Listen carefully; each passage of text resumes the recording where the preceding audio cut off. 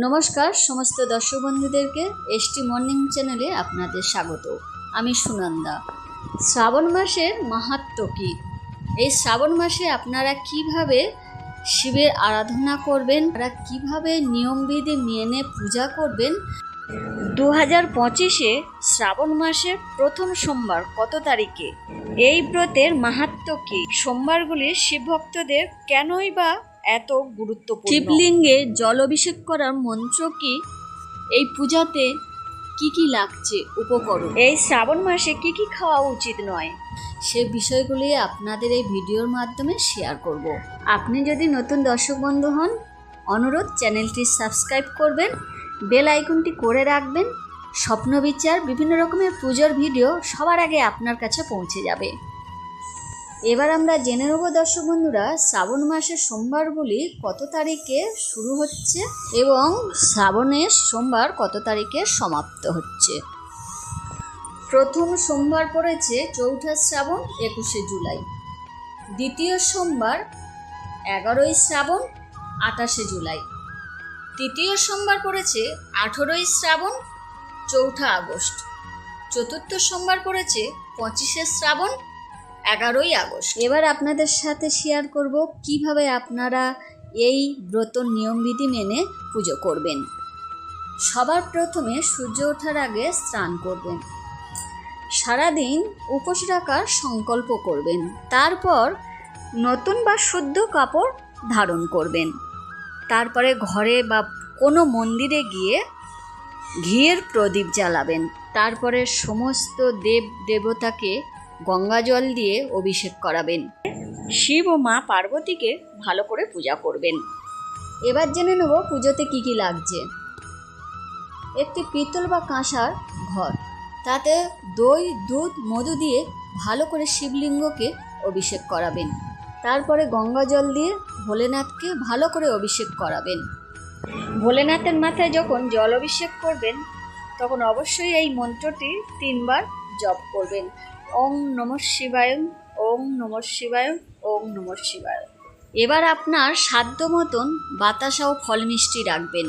আপনারা আপনাদের সাধ্য মতন যতটুকু হাতের কাছে পাবেন অবশ্যই ঈশ্বরের পায়ে নিবেদন করবেন। কোনো কারণে আপনারা যদি কিছু জোগাড় না করতেই পারেন, বেলপাতা বাতাসা দিয়ে বাবা ভোলেনাথকে সন্তুষ্ট করতে পারেন। এবার আপনাদের সাথে শেয়ার করব বাবা ভোলেনাথ ও মা পার্বতীর প্রিয় ফুল ধুত্র, নীলকণ্ঠ, আকন্দ, শিউলি এবং বিভিন্ন রকমের সাদা ফুল, বেলপাতা।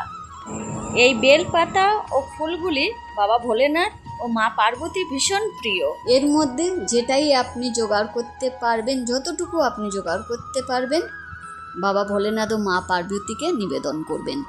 এই শ্রাবণ মাসের সোমবার যে কেউ করতে পারে, ছোট বড় ছেলে মেয়ে সবাই করতে পারে। এই শ্রাবণ মাসে কিছু সবুজ চুড়ি পরার প্রথা রয়েছে।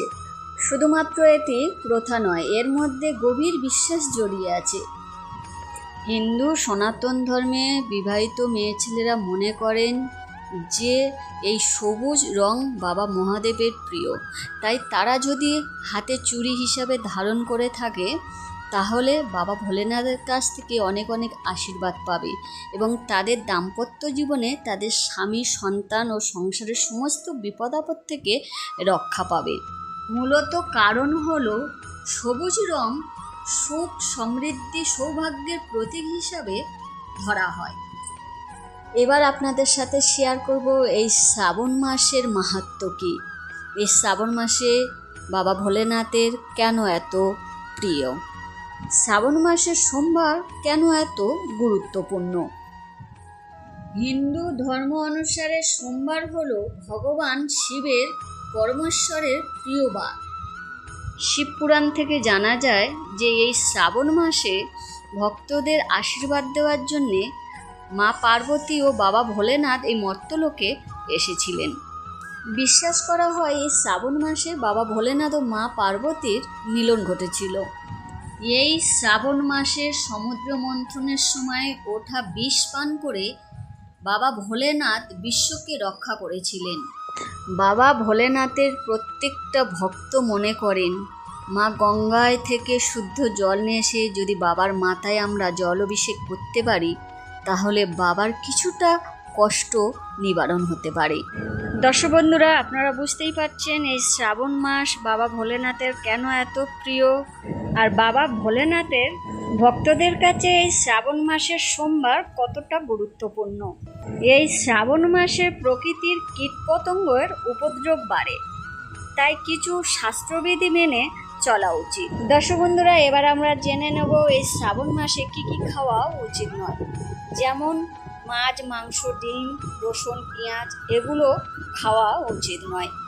বাবা ভোলেনাথের প্রতি শ্রদ্ধা জানিয়ে এগুলো থেকে এড়িয়ে যাওয়ার চেষ্টা করবেন। আজকের মতন এখানেই শেষ করলাম। পুরো ভিডিওটি দেখার জন্য আপনাদের অসংখ্য ধন্যবাদ। ভিডিওটি যদি ভালো লেগে থাকে তাহলে কমেন্ট বক্সে অবশ্যই ওম নমঃ শিবায় লিখতে ভুলবেন না।